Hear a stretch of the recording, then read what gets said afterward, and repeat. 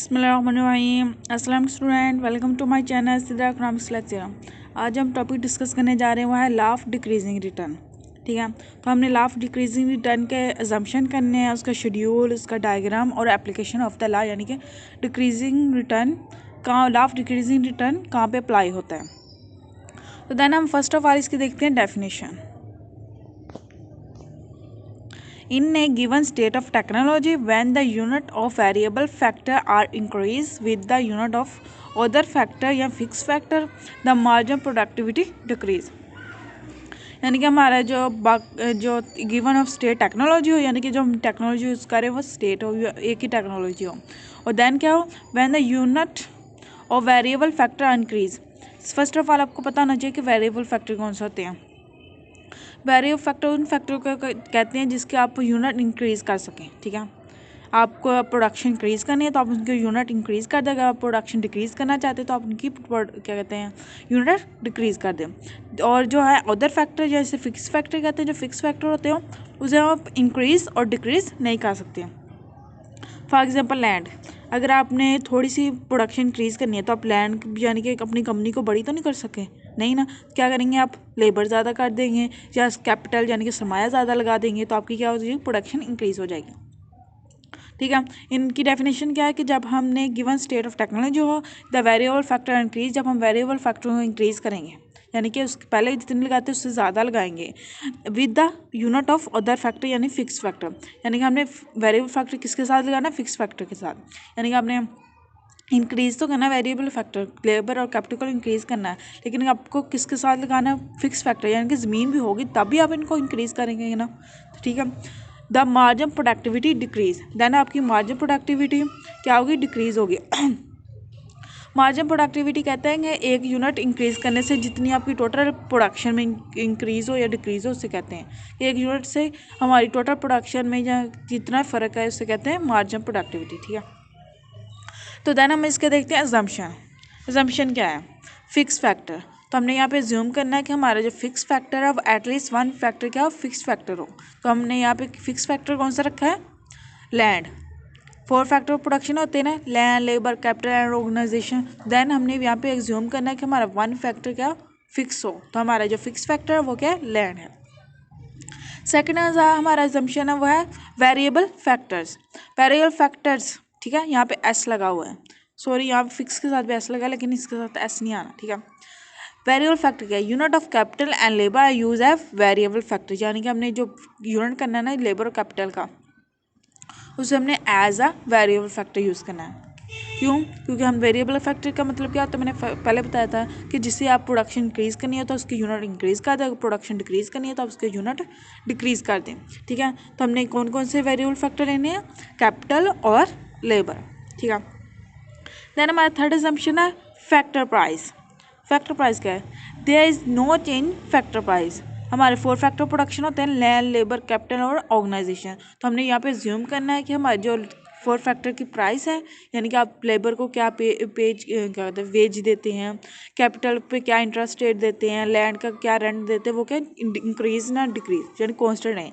अगर आप की जो इन सब की जो फैक्टर की प्राइस है वो डिक्रीज हो जाए, देन क्या होगा, law of decrease in current apply नहीं होगा। तो देन आपने क्या करना है, यहाँ पे ज्यूम करना है कि तमाम फैक्टर ऑफ प्रोडक्शन की जो प्राइस है वो कांस्टेंट रहे, चेंज ना हो। देन हमारा फोर्थ अजम्पशन है टेक्निक ऑफ प्रोडक्शन, यानी कि हमने जो भी टेक्निक यूज़ कर रहे हैं उसे हम चेंज नहीं करना। There is no change in technique of production, यानी कि हमने जो मेथड जो टेक्निक हम पहले यूज़ करते थे वही हमने अब यूज़ करनी है, उसमें कोई चेंजेस नहीं करने। देन हमारा फिफ्थ पॉइंट है होमोजीनियसिटी। होमोजीनियसिटी होता है कि they are all unit of variable factor are equally efficient और होमोजीनियस, यानी कि हमने जो भी वेरिएबल फैक्टर यूज़ करने हैं वो इक्वली एफिशिएंट हो। फॉर एग्जांपल आपने क्या लेबर की लेबर को बढ़ाना है, पहले 2 थे आप 4 करना चाहते हैं, तो आप क्या करेंगे, आपने यहाँ पे जूम करना है कि जो पहले 2 पर्सन थे ना जो लेबर थे उनकी जो माइंड की एफिशिएंसी, लेबर एफिशिएंसी यानी कि फिजिकल एफिशिएंसी दूसरे आइंदा जो न्यू आएंगे उससे क्या इक्वल हो, यानी कि इसमें कोई चेंजेस ना हो। होमोजीनियस का मतलब एक जैसी, यानी कि पहले जो आपने वेरिएबल फैक्टर लिए थे उनकी और जब न्यू लेंगे तो उनकी भी एफिशिएंसी इक्वल रहे। इसके बाद आते हैं combination of factor. Combination of factor क्या है? Best combination of factor production has cross the level of optimal point. अगर उन्होंने क्या, अगर हम बेस्ट कम्बिनेशन लेंगे फैक्टर प्रोडक्शन का, लैंड लेबर कैपिटल को ही कहते हैं फैक्टर प्रोडक्शन, इसका अगर हम बेस्ट लेबर लेंगे बेस्ट कम्बिनेशन लेंगे तो देन क्या होगा, हम ऑप्टिमल पॉइंट को क्रॉस कर देंगे। ऑप्टिमल पॉइंट को किस तरह क्रॉस करेंगे? अगर हम अच्छी तरह लेंगे इनका कि लेबर इतने लेने हैं, कैपिटल इतना लेना है, हमने रेंट इतनी रखनी है, ऑर्गेनाइजेशन को कौन मैनेज करेगा, तमाम हमने पहले अच्छी तरह डिस्कस करें, अच्छी से बेस्ट कम्बिनेशन बना लिया तो डेफिनेटली हमारा क्या होगा, प्रॉफिट इंक्रीज होगा, हम ऑप्टिमल पॉइंट को अचीव कर लेंगे।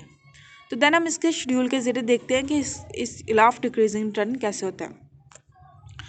हमने यहाँ पे क्या किया, फिक्स फैक्टर एक, at least one factor is fix factor, तो हमने क्या लिखा था, लैंड को हमने 10 यूनिट रख लिया। आप 10 की या 5 यूनिट 20 यूनिट कोई भी रख सकते हैं, ठीक है। हमारे वैल्यू फैक्टर कौन कौन से थे, लेबर और कैपिटल। लेबर और कैपिटल हमने क्या करना था, हमने डेफिनेशन में पढ़ा था, when unit of variable factor are increase, तो हमने क्या करना, यूनिट वेरिएबल फैक्टर को क्या करना है, इंक्रीज करना है, तो हम इंक्रीज करेंगे 1 2 3 4 5, ठीक है। यह हमने डेफिनेशन के अकॉर्डिंग बनाना होता है। और हमने जो होगी मार्जिन प्रोडक्टिविटी क्या होगी, डिक्रीज होगी, तो हमने मार्जिन प्रोडक्टिविटी एमपी क्या करनी है, डिक्रीज करनी है। तो आप किसी भी पॉइंट से स्टार्ट कर लें, 20 से 30 से, कहीं से, मैंने कहाँ से स्टार्ट किया, 10 से। पहले वेरिएबल फैक्टर के साथ 10 थी विद फिक्स फैक्टर, ठीक है। देन हमारा वेरिएबल फैक्टर इंक्रीज हुआ, 1 की बजाय 2 हो गया, 2, तो देन हमारी मार्जिन प्रोडक्टिविटी क्या डिक्रीज होगी, 10 से 8 होगी। देन हमारा और इंक्रीज हमने किया वेरिएबल फैक्टर, तो हमारी और मार्जिन प्रोडक्टिविटी डिक्रीज होगी। तो एस टी हमने क्या करना, मार्जिन प्रोडक्टिविटी को डिक्रीज करना है, 10 8 6 4 2, ठीक है। इसके बाद आ जाए टोटल प्रोडक्टिविटी। टोटल प्रोडक्टिविटी में क्या होता है, फर्स्ट हमने एस टीज लिखना है, यानी कि मार्जिन प्रोडक्टिविटी का फर्स्ट पॉइंट हमने टीपी में, यानी कि टोटल प्रोडक्टिविटी में ऐसे लिख देना है 10 ही। देन हमने सेकंड में क्या लिखना है, ये वाला 10, उसके बाद ये वाला 10 सॉरी, और ये 8, इन दोनों को प्लस करना है तो क्या है जाना 18। देन 18 और 6 को प्लस करना है 24, ठीक है। 24 और 4 को प्लस करना है 28 में 2 को प्लस करना है 30, ठीक है। पता लग गया टीपी कैसे बना, first as it is, then हमने क्या करना, टीपी का फर्स्ट और एमपी का सेकंड, क्या हो गया 18 के बाद टीपी का सेकंड, एमपी का थर्ड, क्या आ गया 24। इसी तरह हम इसका एक ऊपर वाला, इसका एक नीचे वाला प्लस करके साइड पे लिखते जाना, ठीक है। टोटल प्रोडक्टिविटी का पता चल गया। देन हमने किसका डायग्राम बनानी है, वेरिएबल फैक्टर की और मार्जिन प्रोडक्टिविटी की। वेरिएबल फैक्टर में कितना डिफरेंस है, 1 का, तो 1 का डिफरेंस के हिसाब से बनानी है। और मार्जिन प्रोडक्टिविटी का कितना डिफरेंस है, 2 का, तो हमने 2 के डिफरेंस से बनानी है। और ऑलवेज एक्स एक्सिस पे होता है labour unit of labour and capital, और वाई एक्सिस पे मार्जिन प्रोडक्टिविटी, ठीक है। हमने पुट कर देनी है, ठीक है। ये कैसे पुट करनी है, हमने क्या किया था, यूनिट और लेबर एंड कैपिटल का 1 का डिफरेंस था, तो हमने 1 का डिफरेंस कर दिया, 0 1 2 3 4 5, ठीक है। मार्जिन प्रोडक्टिविटी कितना डिफरेंस का, 2 का था, तो हमने 2 के सब 2 4 6 8 10, ठीक है, बन गया। फर्स्ट हमारा पॉइंट क्या था, 1 और 10, 1 10, ठीक है। हमने देखना 1 और 10, ठीक है। सेकंड हमारा क्या था, 2 और 8, ये देखिए 2 और 8, ठीक है।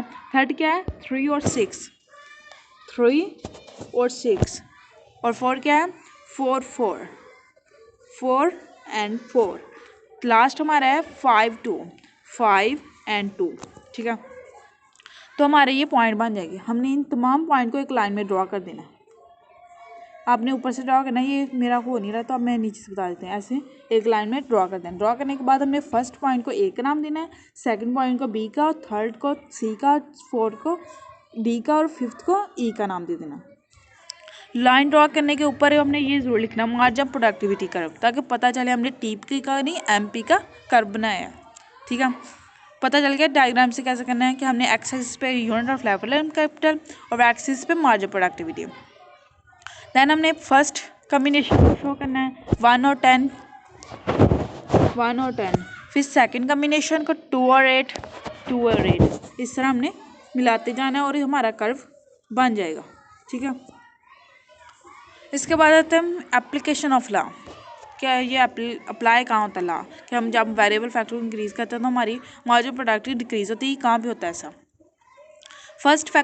फर्स्ट इसका पॉइंट है नेचुरल फैक्टर्स। नेचुरल फैक्टर क्या है? Their natural factor have more role than human factor in agriculture sector and marginal productivity decrease। यानी कि जो है ना एग्रीकल्चर सेक्टर, वहाँ पे क्या है, इंसानों से ज़्यादा नेचर का फैक्टर यूज़ होता है, रोल होता है उसका, ठीक है। देन क्या होता है, उसकी मार्जिनल प्रोडक्टिविटी डिक्रीज होती है, ठीक है। फर्स्ट पॉइंट में क्या है कि हमारे जो एग्रीकल्चर सेक्टर है ना, वहाँ पे जो इंसानों से ज़्यादा नेचर के फैक्टर का रोल होता है, इसलिए इसकी मार्जिनल प्रोडक्टिविटी डिक्रीज होती है, इसलिए ये लाभ एग्रीकल्चर सेक्टर में अप्लाई होता है। सेकेंड हमारा पॉइंट है वाइड एरिया कहते हैं तो खुला एरिया, वसी एरिया, ठीक है, उसे कहते हैं। The sector has very wide area and supervising can not be very effective. यानी कि जो हमारा होता है ना एग्रीकल्चर सेक्टर, उसका एरिया क्या होता है, बहुत ज़्यादा बड़ा होता है, तो हम उससे सुपरवाइजिंग करना हमारे लिए जो उसका एफिशिएंसी नहीं होता, हमें उससे अच्छी तरह सुपरवाइज नहीं कर सकते। देन हमारा थर्ड पॉइंट है specialisation. Scope of specialisation machinery is limited and marginal productivity decrease. यानी कि जो हमारा है ना मशीनरी स्पेशलाइजेशन मशीन में, वो हमारी कंट्री में क्या स्कोप उसका क्या लिमिटेड है, देन हमारी प्रोडक्शन का प्रोडक्टिविटी डिक्रीज हो रही है कि अगर हम न्यू मशीनरी यूज़ नहीं करें तो हमारी मार्जिनल प्रोडक्टिविटी क्या होगी, डिक्रीज होगी। देन हमारा फोर्थ पॉइंट है सीजनल लिमिटेशन। सीजनल लिमिटेशन क्या है? Seasonal limitation. There are other limitation of seasonal natural which causes low productivity in agriculture sector. For example, rain, climate change etc। यानी कि इसके अलावा एक और इसका इफेक्टिव होता है कि क्यों ये डिक्रीज़ होती है हमारी वेरिएबल फैक्टर इंक्रीज होने की वजह से, क्योंकि ये सीजनल होती है। बाद ऐसा मौसम हो जाता है कि बारिश बहुत ज़्यादा हो जाती है तो हमारी क्या हो जाती है, प्रोडक्टिविटी डिक्रीज़ होती है। बाद ऐसा तो हमारा क्लाइमेट बहुत ज़्यादा चेंज हो जाता है जो कि उस फ्रूट के लिए, उस सब्जी के लिए सूटेबल नहीं होता, देन हमारी क्या हो जाती है, प्रोडक्टिविटी डिक्रीज हो जाती है। देन हमारा लास्ट पॉइंट है वो है फर्टिलिटी। फर्टिलिटी कहते हैं जरखेज़ी को, ठीक है। The fertility of land also decline with its continuous use with causes low level of marginal productivity. यानी कि उन्होंने कहा है कि जब हम किसी भी लैंड को यूज़ करते रहते, कंटिन्यूसली यूज़ करते हैं, तो देन उसकी क्या हो जाती है, फर्टिलिटी यानी कि जरखेज़ी कम होती जाती है, तो देन हमारी क्या होती है, मार्जिनल प्रोडक्टिविटी डिक्रीज हो जाती है। मार्जिनल प्रोडक्टिविटी फर्टिलिटी की वजह से किस तरह डिक्रीज होती है, या हम किसी लैंड को लगातार यूज़ करते रहेंगे, कंटिन्यूसली उस पर कोई भी फल सब्जी या कुछ भी गंदम वगैरह उगाते रहेंगे, तो क्या होगा, उसकी जो फर्टिलिटी हो जाती है वो कम होती जाएगी। देन उसकी फर्टिलिटी कम होगी तो वो क्या होगी, मार्जिनल प्रोडक्टिविटी भी उसकी डिक्रीज हो जाएगी। आई थिंक आपको समझ आ गया है लाभ डिक्रीजिंग रिटर्न क्या है, उसके जम्पशन क्या है, उसके शेड्यूल डायग्राम और उसके application of law. Thank you so much. Please subscribe my channel, like and share my video. और अगर आपको कोई भी मसला है तो मुझे कमेंट में पूछ सकते हैं, मैं आपको डेफिनेटली जवाब दूंगी। Thank you so much.